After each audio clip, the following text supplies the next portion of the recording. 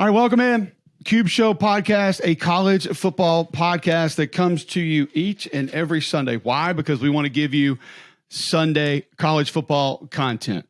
We get right into the X's and O's, right into the news, right into things that are happening, right into the film that's been studied, and we don't want to waste a ton of your time. And obviously, massive news this week with Texas and Oklahoma coming to the Southeastern Conference a year early. So in 2024, pay attention, folks, 2023 is going to be fine. It's going to be good. And we'll spend a lot of time talking about 2023 and what that's going to be. Speaking of that, I always want to respond to you guys that sort of tweet in and have different comments on YouTube, different things. Please go subscribe to the YouTube page. If you're here watching, I'm appreciative. We're appreciative.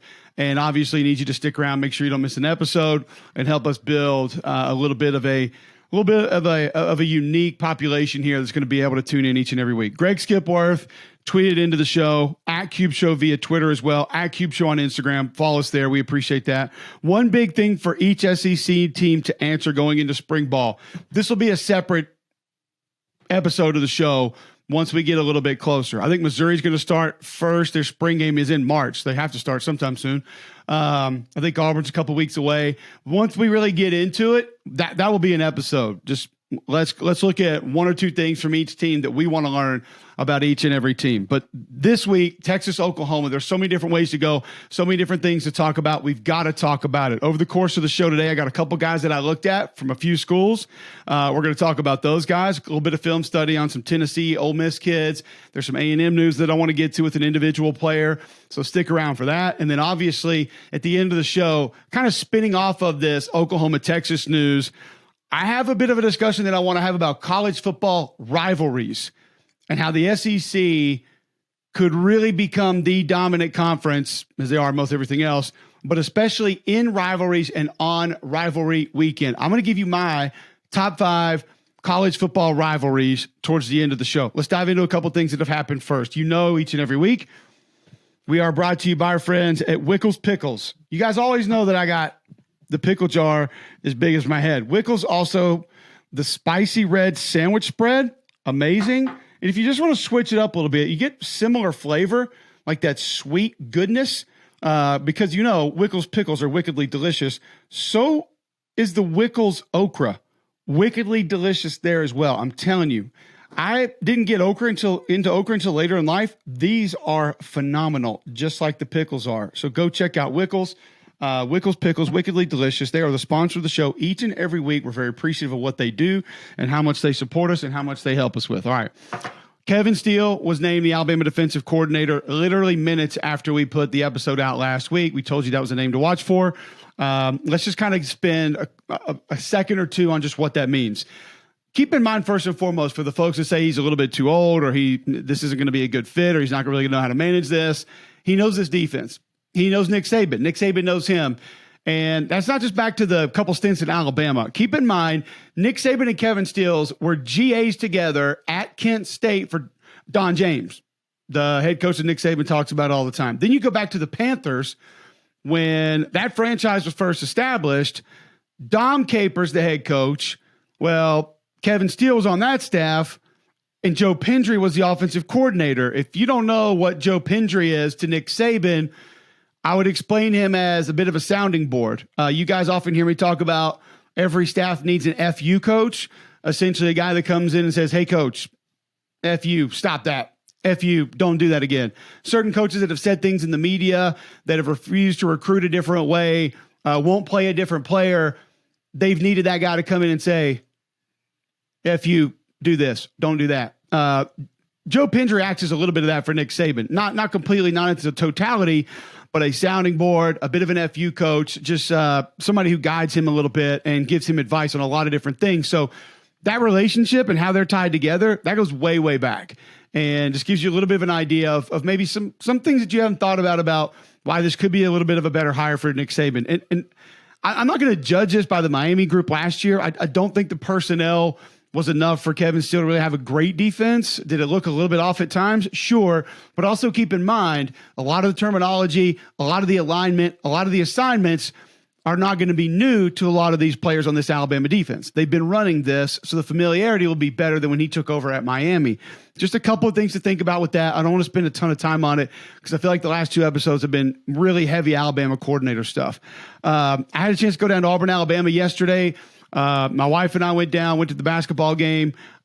Fun game, amazing game.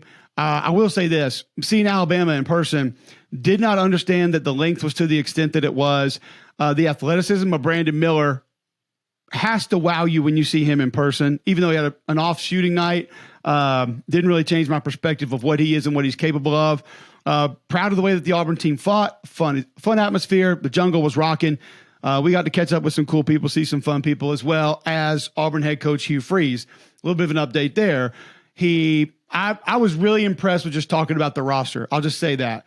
Really impressed with Hugh's sort of vision for, I think oftentimes we get caught up in what's his vision for the next 3 years, the next 5 years, what's his long-term vision for the program.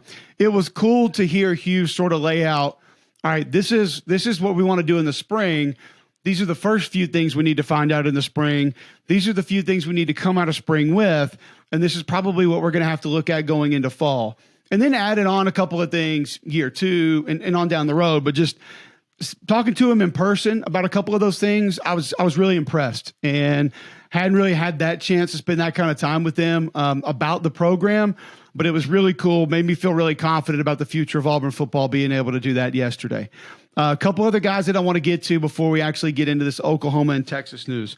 Anaya Smith announces that he's coming back at Texas A&M. Now, this A&M offense is one that we need to be careful with. Now, is the mentality there? Is the leadership there? Is the mindset there? How is the mix between Jimbo and Petrino going to work? Those are some things that we don't know. Won't know the answers to until at least a couple of weeks into the season. But I'm just telling you guys, I had A&M and Connor Wigman a couple of times last year. This kid has ability, and there's a lot about him that says SEC quarterback, makeup, DNA, things of that nature. He's put in some rough spots last year and still did some nice things. The receiving core is going to be legit. I'm not overly confident with tight end. I understand that Donovan Green is a young, talented kid, but I wish I had a little bit more that I could lean on at that position going in.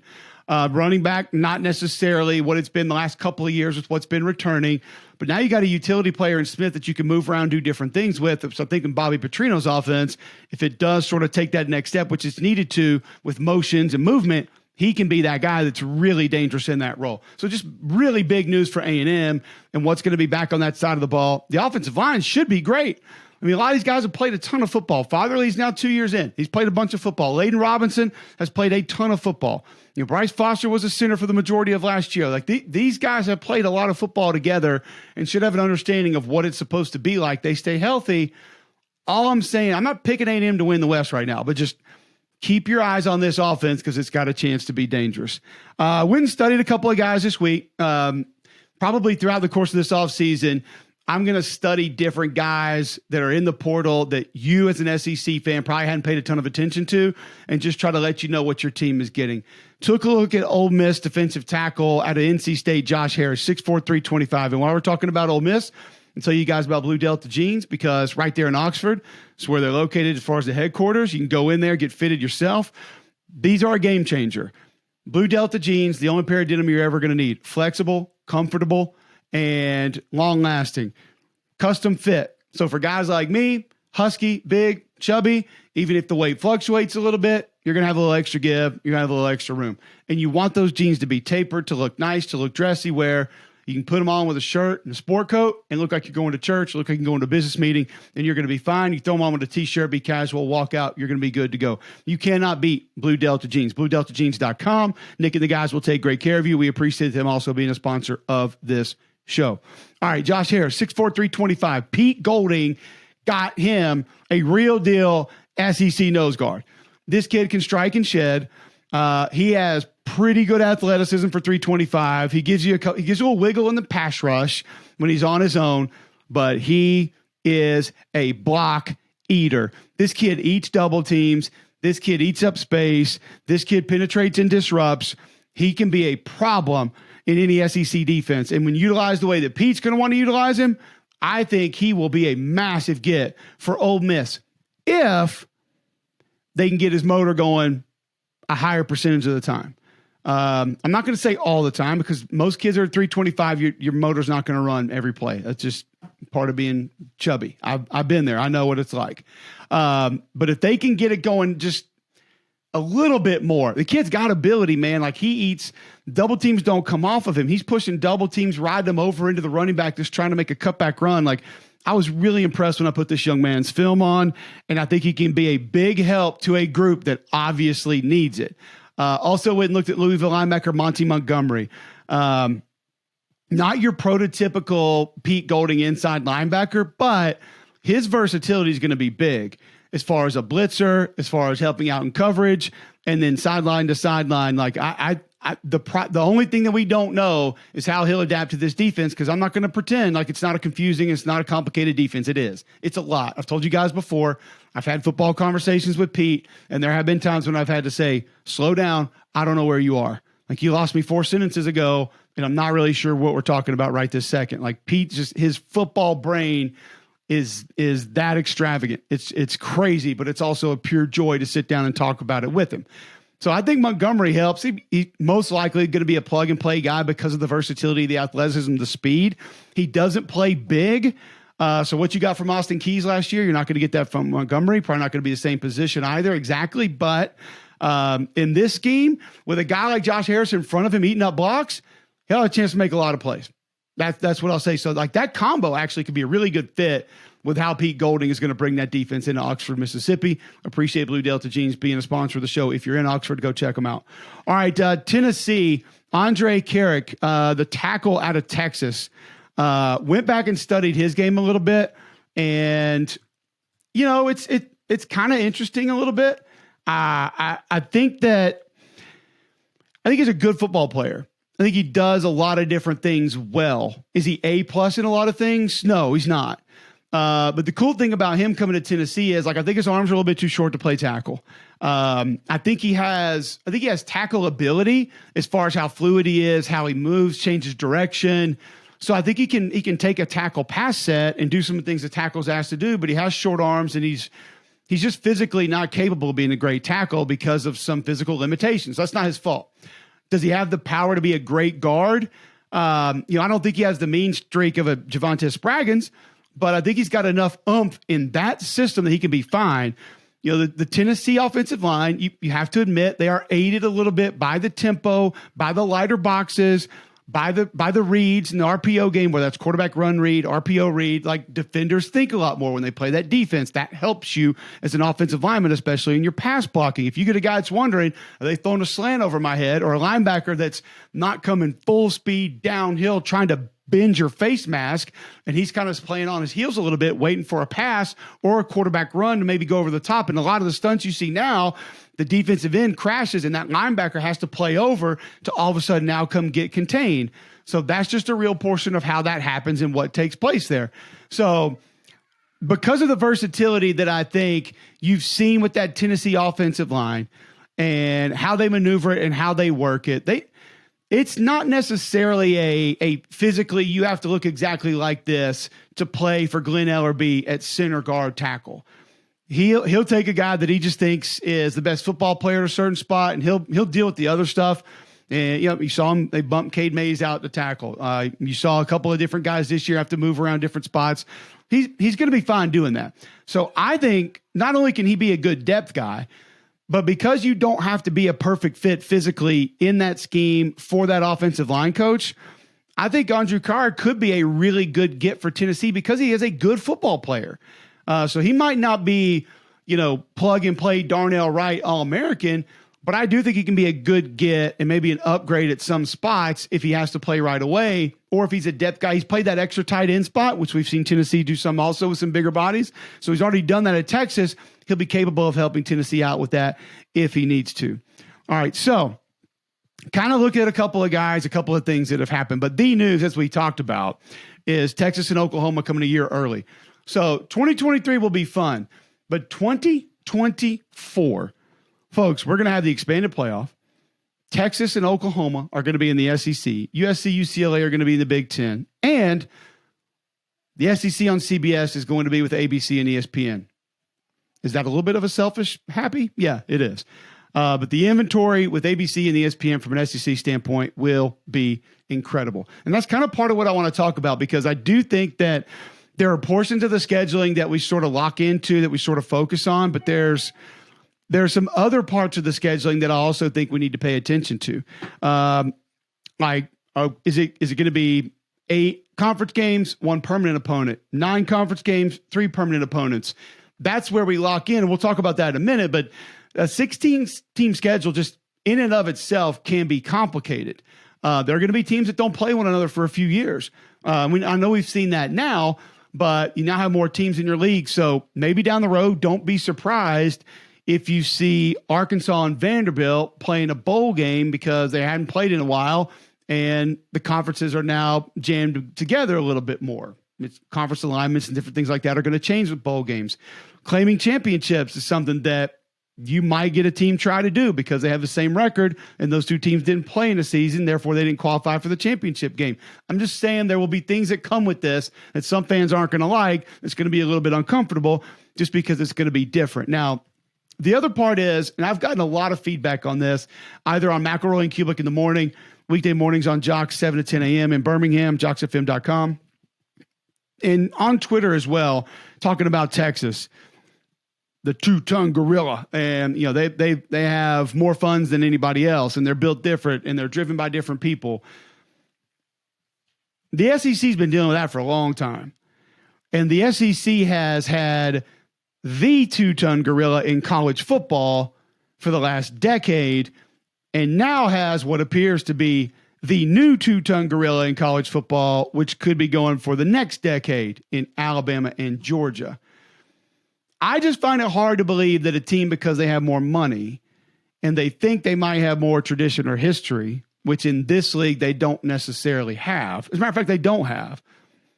I know it's proud, and I know it's rich, and I know it's great. And I think Texas is just cool. I think Texas's football program is cool. I think the aura of it is cool. Like, I always loved, I think their all white uniforms are some of them. They might be the best uniform in college football. But I mean, that helmet is just second to none. But that doesn't mean that in this league you're going to come in and start throwing bows. There are different bouncers at this club than the clubs that you've been frequenting. And so I just don't think it happens. It is not a real concern of mine. A big portion of that is Greg Sankey and his leadership and his ability to be able to say, this is it. Sorry, this is where we're going. So that doesn't bother me. And I know that is something that for a lot of people, they look at it and they say, how do you deal with that? You're going to manage that. They ruined the Big 12. They've ruined 2 conferences now, Southwest Conference. Fine. Listen, some people will tell you they think Longhorn Network was a good idea when it came about. It never felt like it was going to jive with everybody else, but they were able to pull it off. So why would you not do it if you were Texas? You had to. But I just don't see this as being a real issue. We could come back on this podcast when we actually have like 200 subscribers in 10 years, and you say, you're an idiot. Look at this. Texas is ruining the SEC. I just don't think we're going to get to that point. And I don't think that's really going to happen. So we are gunning for 1,000 subscribers, and please go subscribe on the YouTube if you have it. We appreciate that. But the other parts of this, I think you're looking at maybe more games getting streamed. That's an issue that I've had brought up to me that people aren't going to like that. Well, that's where everything's going. So part of me with that, kind of like what we talked about with Stetson Bennett and looking at his cell phone, like, folks, that's where we are today. Part of you has to say, I need to learn this, figure this out, grow up, and get with this, because that's just what it is. This ain't 1998 from a television perspective. Figure it out. I also think that that's not as much of an issue because all that Big Ten inventory is going away from ESPN and ABC, and more SEC inventory is going to be coming in.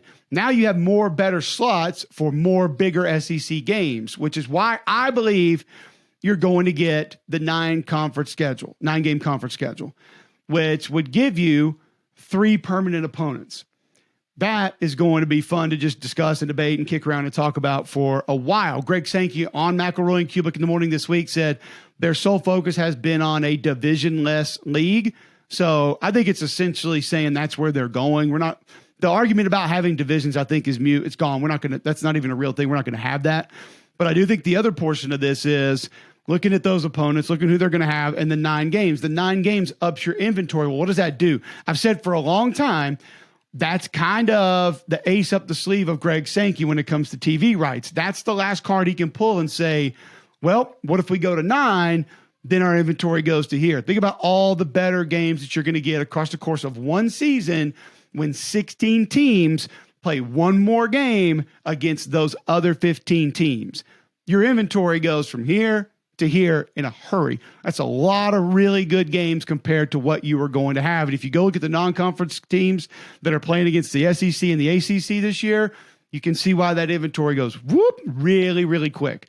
So I think if they do go to 9, you're probably going to hear about some sort of injection into cash, a little bit of an add-on, a make good in the deal to say, okay, we're at, using round numbers, 10 billion, we're at 1 billion, we're at 700 million, we're going to get you to 850, or we're going to get you to 1.2 billion, because now you know that inventory is just going to be that much better, which is great for ESPN and the SEC network because they're going to have those slots. I don't think you're going to see a ton more games, especially if they're at 9.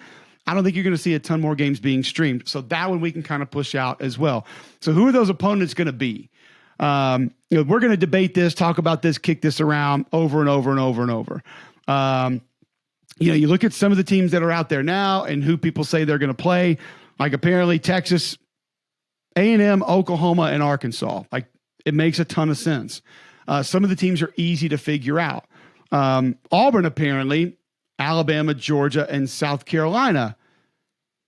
For me, who most of my family lives in Columbia, it's actually really cool. But I don't know how that one fits. Like, where does that one fit when LSU would obviously fit extremely well? Mississippi State, I think, would fit for different reasons. You could even go back and look at a Florida that would fit for different reasons. Now, you don't want to give Auburn, Alabama, Georgia, and Florida. That's asking a lot. So I just, to me, that feels like a weird fit is all I'm saying. Some of them will be, though, and people are going to be mad about certain ones. LSU is the one that's going to be hardest to figure out because Ole Miss, A&M, and Alabama apparently are where that goes now. So, I mean, if you're looking at it right now and you're Alabama and you're thinking about exactly who it's going to be, you're going to potentially have Auburn, Tennessee, and LSU. It's a lot. But you're Alabama, so you would think that you would be able to handle it. If LSU goes Ole Miss, A&M, and Bama, which I don't know about everybody else, but I mean, you guys can comment on the YouTube or you can tweet in at Cube Show, whatever it is. I kind of don't understand the LSU A&M thing. Like we're trying to make that happen. We're trying to force this, and it's just, to me, it's not as big of a thing. Like I almost think LSU and Arkansas is a little bit of a bigger thing, and we would potentially lose that one. Arkansas is a weird team because now, if you went Missouri, Texas, Kentucky, which is what some people are saying, I don't see that. How does Arkansas have Kentucky every year and Tennessee doesn't? When Tennessee's getting Vandy, Bama, and South Carolina, just give Tennessee Kentucky. And maybe regionalization is a little bit more important here. Like it's all, so the footprint's expanding, so you want teams, you can kind of compress it a little bit, but I don't know exactly where that goes, but my point being, if you had that, like LSU then would have no Auburn, no Florida, no Arkansas as an annual opponent. And there's always a chance that down the road, this changes a little bit more. So you have your 3 permanents for 3 years and then they change, or 6 years and they change, whatever. I don't know. But it's going to be fun to watch this because the inventory with different television networks, as we know, Fox has got Big 10, Pac-12, Big 12, CBS is coming on the Big 10. NBC is coming on the Big 10. So now ABC and ESPN are going to have more room for more big SEC games. That's going to be fun. That's going to be awesome. That's going to be cool to keep up with. So taking all of that and rolling it into kind of where we go next, I think TV windows are something else to watch. How creative could the SEC get with different TV windows? Wednesday before Thanksgiving doubleheader. How incredible would it be to have Ole Miss, Mississippi State lead into Texas A&M on Thanksgiving Day? And you can tell me NFL and you can tell me Cowboys, I do not care. These games are different and they mean more, and we know that, and that's why we're going to look at this as a potential that could happen that would be very special. Rivalry weekend is going to be dominated by the SEC. No one can debate that. No one can pretend that's not a real thing. No one can pretend that's not going to happen. So I told you I was going to give you my top 5 college football rivalries. I'll do that in a minute. But just think about if you went like generic top 10, could the SEC realistically have 8 of those top 10 right now? If you were talking about rivals and rivalry weekend, A&M Texas, Iron Bowl, Mississippi State, Ole Miss, Florida State, Florida, South Carolina, Clemson, Oklahoma, Texas, Georgia, Florida, Alabama, Tennessee, South Carolina, Clemson. I mean, there's a lot of them. I know that. There's a ton. So one thing that I wonder is, what about the other games that are considered to be rivalry games? I did mention 1 or 2 of them there, because not all of those are going to be on rivalry weekend. One thing I would love to see, and certain people have already shit on this and said they think it's a bad idea. Don't do this. No way. Don't go there. I think a mid-year rivalry weekend would be incredible. And I don't know if it's like, mid-year rivalry Saturday, alternate rivalry Saturday, whatever that is. But you could legitimately sit there with Oklahoma, Texas, Alabama, Tennessee, and take your pick. Georgia, Florida. Imagine having those 3 games back to back to back. You could throw in, if you wanted to move Missouri, Arkansas there, or if you wanted to go LSU, Arkansas there. They play for the boot, right? They got the 175-pound trophy, whatever that is. Throw that big-ass thing on there on alternate rivalry Saturday. It gives you something to market around. It gives you another day to look forward to for different reasons, like a day that sets itself apart. I also think it helps you steal the spotlight from the other leagues. That's the biggest thing to me. So if you market one weekend, kind of think about where the SEC Big 12 Challenge is in basketball right now. Some of them are just the matchups. Yes, we get Kentucky, Kansas. Incredible. We love it. We want more of that. Okay? So we get those big games. It's going to be great no matter what.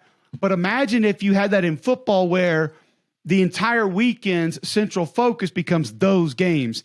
I think the main thing you do right there is you take the Big 12's marketing ability, the Big 10's marketing ability, the ACC's marketing ability, and you say, poof, this is our weekend, homie. We own it. Get the fuck out. Everything else is ours. We run this shit. That, to me, would be one of the main reasons to do it.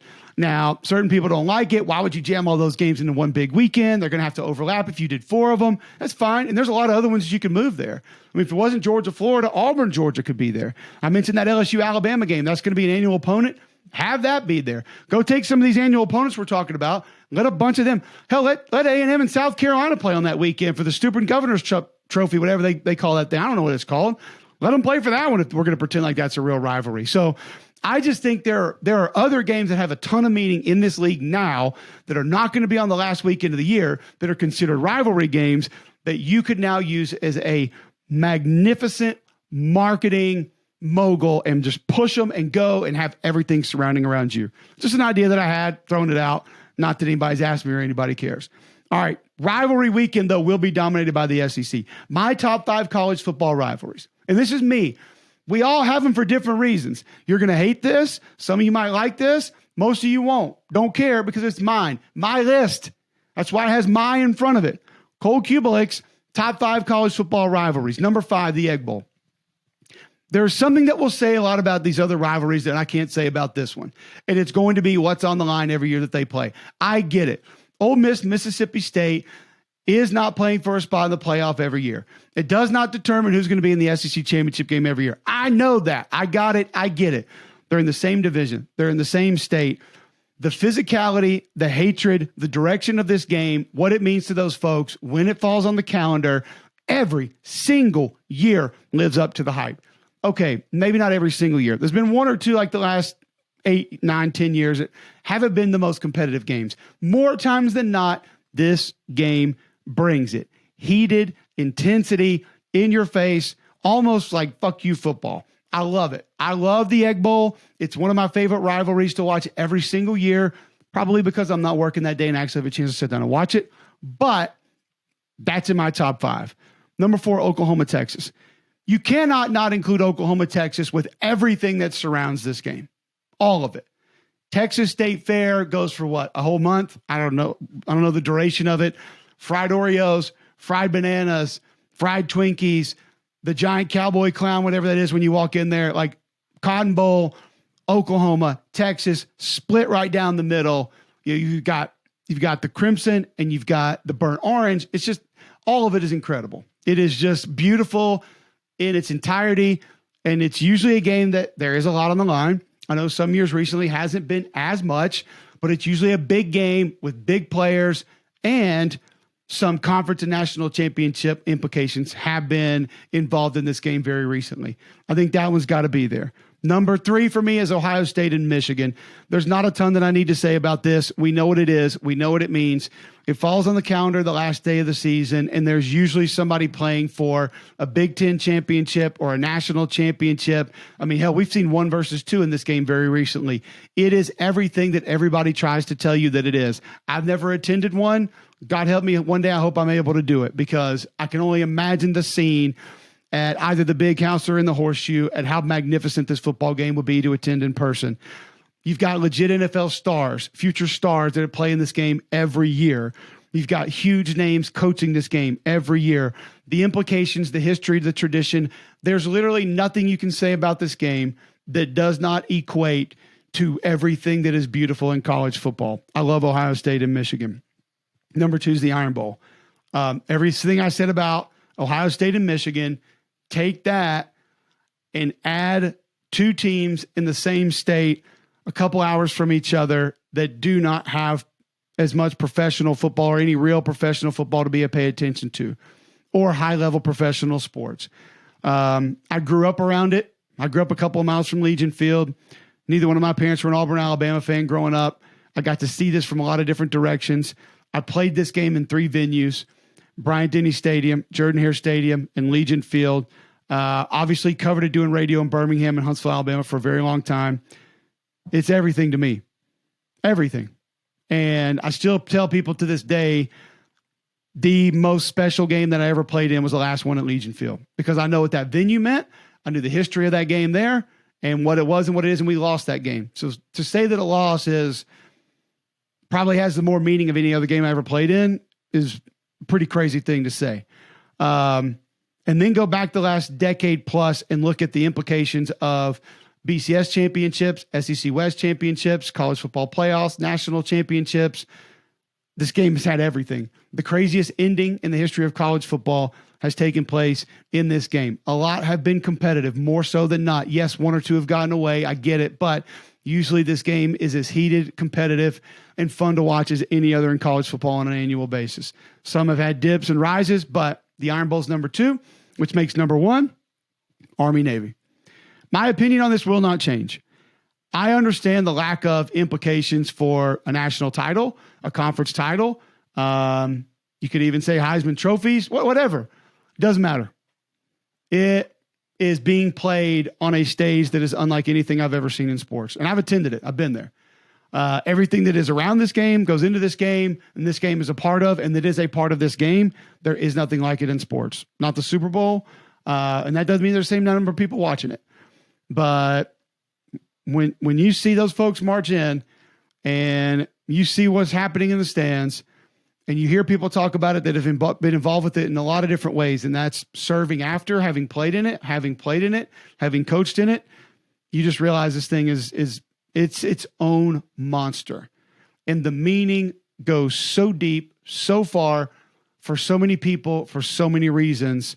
There's no way I could put another game in front of it. I never could, and I never will. I don't care about the style of football. I don't care about the records. I don't care about the titles. I don't care what else is on the line. It's Army-Navy. That's all that needs to be said. It is the epitome of special.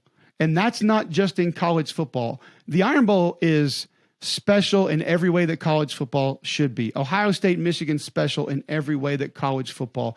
Mississippi State, Ole Miss, unique in every way that college football should be. Army-Navy is special just in society in and of itself. So I'm not ever going to put a game above it. It is truly magical, and I love every ounce of it. So top 5 rivalries for me: Army-Navy, Iron Bowl, Ohio State, Michigan, Oklahoma, Texas, Ole Miss, Mississippi State, the Egg Bowl. So moving forward, if we went to the next 5, that's where it gets a little bit complicated. And I think that's where it gets a little bit tricky. But there's a chance that Texas and Texas A&M, I wouldn't have included them in my top 10 now because it's not really back. But when it gets back, it's easy in the top 10. And I could see it being pushed maybe to number 5 or maybe to number 4 ahead of Oklahoma, Texas. Now that we get that thing back, That's a difference maker. That thing could easily be in the top 5 day one when it returns. And I know it's coming, but it's not technically here yet. But that's going to be in there. Georgia, Florida going to be in there. Florida State going to be in there. Is Florida State, Miami in there? South Carolina, Clemson, Auburn, Georgia, Alabama, Tennessee. The SEC could realistically have 8 of the top 10 rivalries in college football. UCLA and USC is not there for me. USC, Notre Dame, we can have a conversation. Maybe. Notre Dame, Michigan, probably need to see it every year if that's going to be there. But there's a couple others that are close that we would talk about. We'd love to talk about the Holy War being there. I think that's one that was, but maybe not be there now. A lot of great rivalries around college football, but the SEC would have 1 or 2 participants in more than half of the top 10 rivalries in college football. I say at least 70, if not 80% of them, which makes that last weekend of the season being dominated by the SEC again. And if we can figure out that midseason rivalry weekend, they can dominate that as well. Appreciate you guys tuning in. We're here every Sunday. More college football content, probably more individual player breakdowns coming up. We will get to spring previews. We're going to do kind of a review of teams as well. We got a lot coming up for you here in this offseason. Thank yous to Wickles Pickles, wickedly delicious. Also, thanks to Blue Delta Jeans. Go to bluedeltajeans.com. My boy, Griff Redmill, I know you're out there trying to get a pair right now. They will do you right, and yes, it's worth it. We'll be back next week. Please, YouTube, subscribe, share, like. We appreciate that. Apple Podcast, Spotify, please subscribe, download, go like, review. We appreciate all of you. It's a ton of fun each and every week. I love more interaction. We're getting more comments. We're getting more people on Twitter and Instagram. Please keep them coming. Try to answer those quickly. 2 of you came in with 2 others. And I want to try to get to those before I leave. What would your preferred scheduling model be with Texas, Oklahoma joining next year? Matt Lamb tweeted that into the show. Mine's the 9-3, 9 conference games, and then 6-3. That's the way I would want to go. And then John in Kentucky tweets in the age of NIL and portal recruiting, what skills must a coach have to be successful today? What are the expectations of athletes who come into this environment? The expectation question is crazy because I don't know. I think the expectation when it's a transfer is to be able to come in and know how to deal with everything that goes on being a college football player. If you're a coach today, you have to know how to relate to a lot of different types of players, because you're going to get every single kind of them that have been told every single thing. And that includes high school and portal. Now with what NIL is, you better be relatable. Number one, if you're not relatable, I don't think kids are going to stick around, and they're going to have a lot of other reasons to go play somewhere else. Appreciate you tuning in. We're back next Sunday. Cube Show, a college football podcast.